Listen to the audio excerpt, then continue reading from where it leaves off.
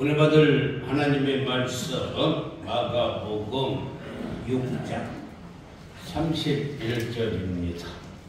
마가복음 6장 31절. 우리 띄어져 있으니 함께 읽겠습니다. 시작. 이르시되 너희는 따로 한적한 곳에 가서 잠깐 쉬어라 하시니 이는 오고 가는 사람이 많아 음식 먹을 그늘도 없음이라. 아멘. 사랑하는 성도 여러분, 휴가철입니다. 우리 예수님께서도 복음 전도의 분주한 제자들에게 너희는 한적한 곳에 가서 잠깐 쉬어라 라고 이렇게 말씀을 했습니다. 현대 사회는 스트레스 시대인 것입니다. 스트레스는 두려움과 불안과 공포와 분노와 그리고 짜증을 증대시키는 것이 바로 스트레스인 것입니다. 그래서 우리는 이 스트레스를 받지 않고 반드시 쉼이 필요한 것입니다. 그뿐만이 아니라 현대인들이 앓고 있는 모든 질병의 원인이 스트레스라고 말할 수가 있어요. 우리의 몸은 움직여야만이 강해지는 것입니다. 마음은 쉬어야 편안하게 되는 것이고 스트레스는 확 날려버리는데 상쾌, 유쾌하게 날려버려야만이 건강하게 되는 것입니다. 사랑하는 성도 여러분, 휴가라고 하는 한문의 뜻은 휴자가 뭐냐면 사람인 편에 나무 목자인 것입니다. 다시 말하자면 휴가라는 것은 사람이 나무 밑에서 한가롭게 쉬는 것이 휴가인 것입니다.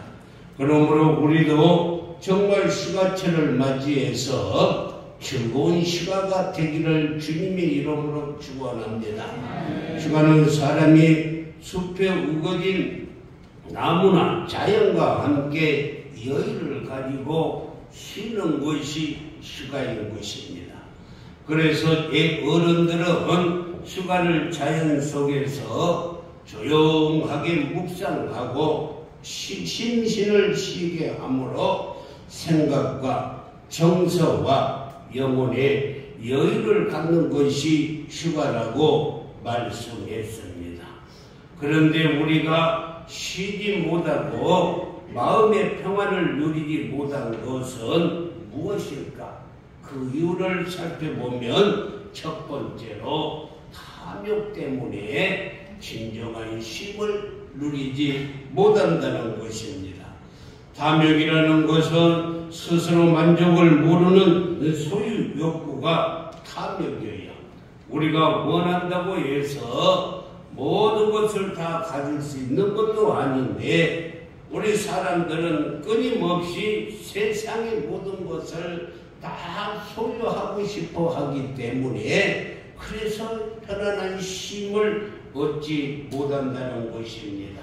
우리는 모든 탐욕과 욕심을 주님 앞에 내려놓고 편안한 쉼을 얻기를 주님의 이름으로 축원합니다. 그뿐만이 아니라 두 번째는 시기와 질투를 가지고 있기 때문에 쉼을 누리지 못해요. 시기와 질투는 늘 남과 비교하면서 오는 것인데 내가 특별히 못나지도 않았음에도 불구하고 남과 비교해보면 괜히 뭔가 부족한 느낌이 들어요. 나는 만족하지만 나보다도 더 잘 사는 사람들을 보면 괜히 배가 아프고 헐뜯고 싶어하는 그 시기 때문에 우리가 진정한 쉼을 갖지 못한다는 것입니다.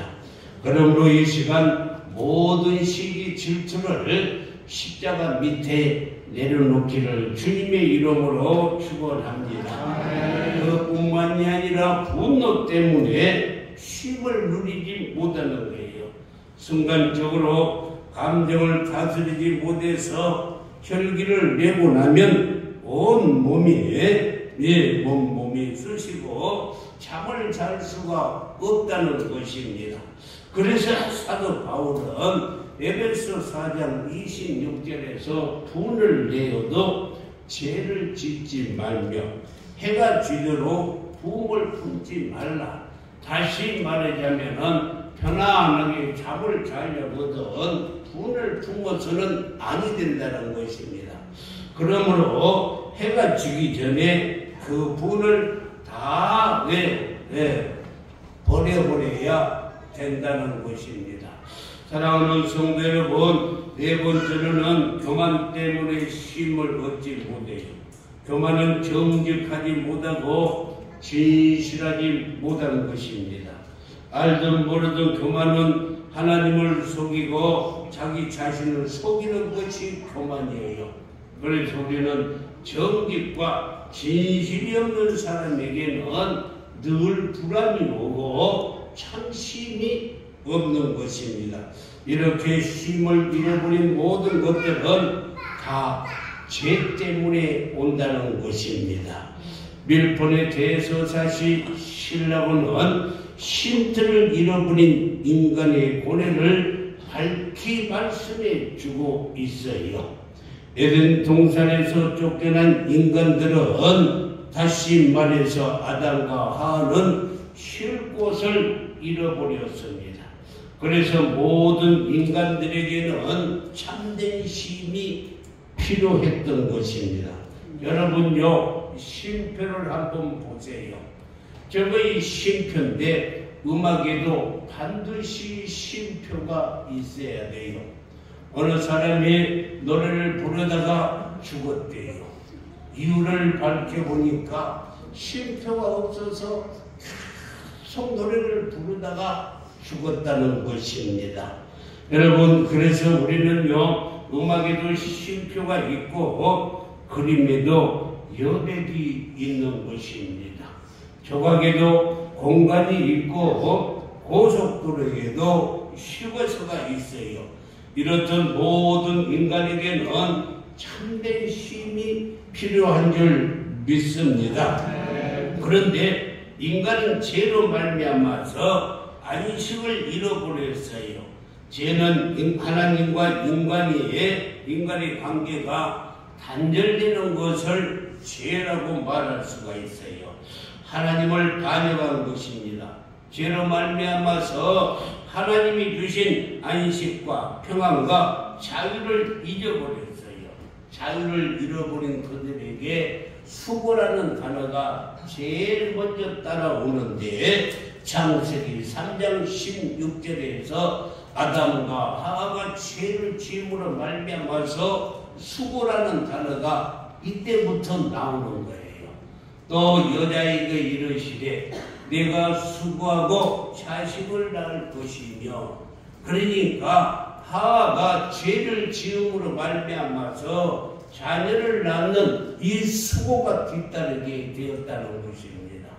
아담도 마찬가지입니다. 죄를 지음으로 말미암아서 17절에서 아담에게 이르시되 내 평생에 수고하여야만이 내 소산을 먹게 된다라고 이렇게 말씀을 했습니다. 죄의 결과로 수고가 따라온다는 것입니다. 사랑하는 성도 여러분, 죄 안에 있는 인간은 어디에 가도 안식할 곳이 없습니다. 안식은 하나님이 주시는 것이지만 하나님께서 아담과 하와가 죄를 지음으로 말미암아서 다시 그 안식, 그 평안, 그 평강을 거두어가셨기 때문에 하나님이 다시 안식을 주시기 전에는 우리에게는 진정한 평안과 안식이 없다는 것입니다. 그래서 인간이 스스로 해결할 수 없는 이 안식의 문제를 해결하기 위해서 우리 예수님이 이 땅에 오신 줄 믿습니다. 물론 교회 밖에서도 잘 놀고 잘 쉬는 사람들이 있습니다. 그러나 그 쉼은 늘 공허하고 그리고 영원하지 못하는 것입니다. 참된 쉼은 예수님만이 주실 수가 있어요. 그래서 예수님께서 요한복음 14장 27절에서 평안을 너희에게 끼치노니 곧 나의 평안을 너희에게 주노라. 내가 너희에게 주는 것은 세상이 주는 것과 같지 아니하리라. 너희는 마음에 근심하지 말고 두려워하지도 말라라고 말씀했어요. 이렇게 참된 안식과 쉼은 예수님께서 주시는 것이는 줄 믿습니다. 사랑하는 성도 여러분, 그래서 예수님께서 마태복음 11장 28절에서 수고하고 무거운 짐진 자들아 다 내게로 오라. 내가 너희를 쉬게 하리라 라고 말씀했어요. 이 말씀을 주경학자들은 위대한 하나님의 초청장이라 라고 말씀하고 있어요. 수고하고 무거운 짐진 자들아 다 내게로 오라. 다 내게로 오라는 거예요. 다시 말합니다. 엉뚱한 곳에 가서 쉼을 구하지 말고 푸른 초장 쉴만한 물가로 인도해 주시는 하나님 아버지께로 오라는 것입니다. 사랑하는 성도 여러분, 참된 쉼, 참된 안식이 무엇인가? 그것이 바로 우리 주 예수 그리스도라는 것입니다. 예수님은 여러분의 무거운 짐을 다 맡아주시는 분이십니다. 여러분의 저주도 해결해 주시는 분이 우리 주 예수 그리스도입니다. 여러분들의 영세 공약을 준비해 주실 것입니다. 그리고 예수님께 나오기만 하면 참된 평안과 안식이 있는 줄 믿습니다. 내가 너희에게 평안을 주노라 라고 말씀하셨어요. 그러기에 여러분들의 모든 문제를 예수님께 맡기기만 하면 예수님께서 모든 문제를 해결해 주세요. 가난의 짐도 맡기기만 하면 해결해 주시고 부욕해 주세요. 왜 그렇습니까? 부유한 자로서 가난하게 되시면 그 가난함으로 말미암아 우리를 부욕해 해 주시려고 예수님이 하늘 보좌를 보내주시고 이 땅에 오셔서 가난하게 사신 것은 우리를 부유하게 해 주시기 위함인 줄 믿습니다. 제 주님께 맡기기만 하면 저주의 짐도 풀어집니다. 인생의 무거운 짐도 다 가벼워집니다. 죄의 짐도 풀어질 것입니다. 아니 질병의 짐도 다 풀어질 거예요. 주님이 채찍에 맞음으로 우리가 나음을 입었도다. 그래서 질병도 주님께 맡기기만 하면 됩니다. 염려, 근심, 걱정의 짐이 풀어집니다. 고난의 짐이 풀어질 것입니다. 아멘 하는 사람만 풀어져요. 나도 그에 동의합니다. 믿습니다. 이 말이 아멘이에요. 가만히 있는 자에게는 절대 풀어질 수가 없고 해결될 수가 없는 거예요. 여러분요, 우리 여러분 봤습니다. 목욕탕에 가면은 이렇게 써져 있죠. 귀중품은 누구에게? 주인에게 맡기세요. 맡기지 않는 물건은 주인이 책임지지 않습니다. 예수님도 마찬가지예요. 여러분의 무거운 모든 짐을 다 맡길 때 주님이 책임져 주세요. 맡기지 아니하면 우리 주님도 책임질 수가 없어요. 이렇게 주님이 약속했어요. 예, 시편 68편 19절 말씀에서 날마다 오늘만 맡아주는 게 아니고 날마다 우리의 짐을 지시는 주, 우리의 짐을 예수님이 날마다 짊어주셔요. 그러니까 무거운 짐도 맡기고 죄의 짐도 맡기고 건강의 짐도 맡기고 맡기기만 하면은 다 하나님께서 짊어주신다는 것입니다. 날마다 우리의 짐을 지시는 주, 곧 우리의 구원이신 하나님을 찬송할지로다 라고 말씀했어요. 사랑하는 성도 여러분, 하나님은 우리에게 안식을 주시기 위해서 천지 만물을 창조했어요. 우리에게 안식을 주시기 위해서 독생자 예수 그리스도를 이 땅에 보내주셨습니다. 그런데 천지 창조의 크라이막스가 안식이에요. 하나님의 축복 가운데 분명하게 쉼의 축복, 안식의 축복이 우리에게 있다는 것입니다. 많은 사람들은 보편적으로 안식에 관해서 열심히 일하다가 피곤하면 쉬는다라고 말들을 하는데, 그러나 히브리적 사고방식, 다시 말해서 성경적인 사고방식은 절대 그런 것이 아닙니다. 우리가 피곤해서 쉬는 것이 아니에요.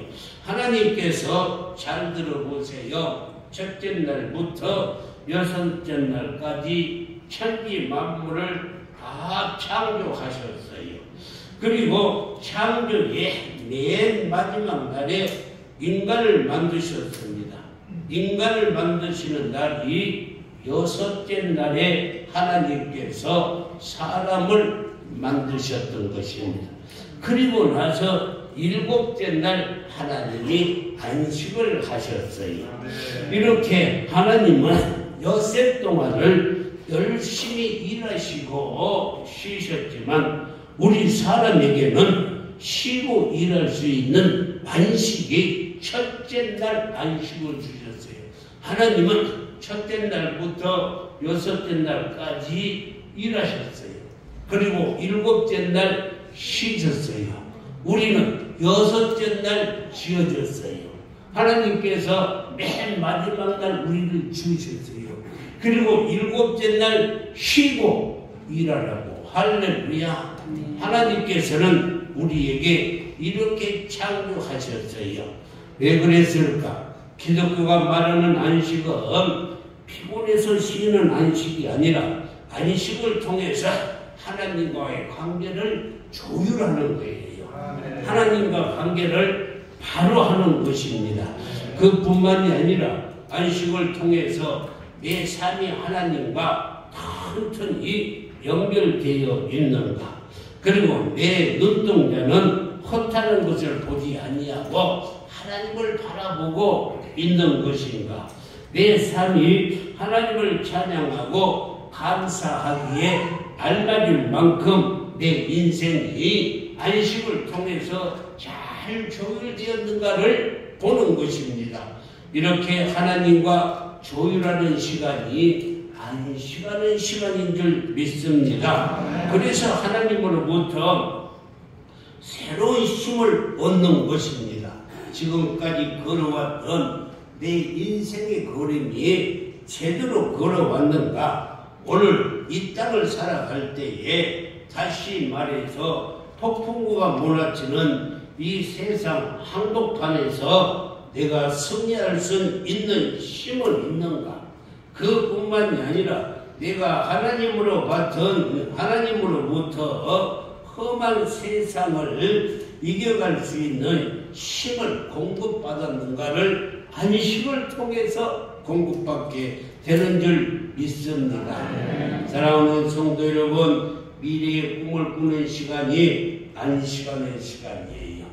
우리는 일해서 피곤해서 안식을 하는 것이 아니라 오늘 주일 안식을 통해서 하나님과의 바른 관계를 갖고 하나님과의 조율을 하고 하나님의 뜻을 알고 하나님의 뜻대로 한 주간을 살게 하기 위해서 안식이 필요한 줄 믿습니다. 사랑하는 성도 여러분, 그러므로 우리에게는 반드시 안식이 필요한 줄 믿습니다. 뉴스에서 또 우리가 보는 바에 의하면 고속도로가 차량 행렬로 가득 차 있는 것을 볼 수가 있어요. 수많은 사람들이 더위를 피해서 도심지를 떠나 숲으로 우거진 산이나 맑은 물이 흐르는 깊은 계곡, 혹은 하얀 모래벌이 펼쳐 있고 파도가 출렁이는 바다를 찾아서 많은 사람들이 거기에 나가는 것을 보았습니다. 아마 지금도 줄을 이어서 나가고 있을 것입니다. 사랑하는 성도 여러분, 성경을 보면 시라는 명령이 많이 나오고 있어요. 안식일에도 모든 일순을 넣고 쉬라고 말씀했어요. 특별히 절기, 6월절이나 오순절이나 장막절 같은 명절 때는 하루만 쉬는 것이 아니라 일주일을 꽉 쉬어라고 하나님께서 명령을 하셨어요. 그리고 6년을 일하고 7년째 되는 해는 안식년이라고 해서 1년을 쉬게 만들었어요. 안식년. 안식놈에 쉬어라했으면 내가 쉬었을 것인데 안식년에 쉬어라해서 제가 못 쉬었어요. 이해가 갑니까? 이해가 갑니까? 1년 동안 그때는 사람만 그런 것이 아니고 이 땅도 마찬가지예요. 6년 동안 농사를 지으면 7년 때는 농사를 짓지 않아요. 그리고 다음 해에 이렇게 농사를 짓게 했습니다. 이렇게 열심히 일하다가 휴식하는 것은 하나님의 뜻이에요. 휴식의 목적은 무더운 여름 날씨에 신앙생활 역시 나태해지고 무기력해지기 쉬울 때에 휴식을 통해서 우리의 몸과 마음을 재충전함으로 더욱더 열심히 신앙생활을 하기 위해서 휴가를 통해서 재충전을 하라고 이렇게 휴식이 필요하는 것입니다. 사랑하는 성도 여러분, 예수님은 시간만 나면은 한적한 곳에 가서 쉬셨어요. 그래서 그런지 성경을 보면 예수님께서 비유하는 말씀이 대부분 다 자연에 대한 비유의 말씀이었어요.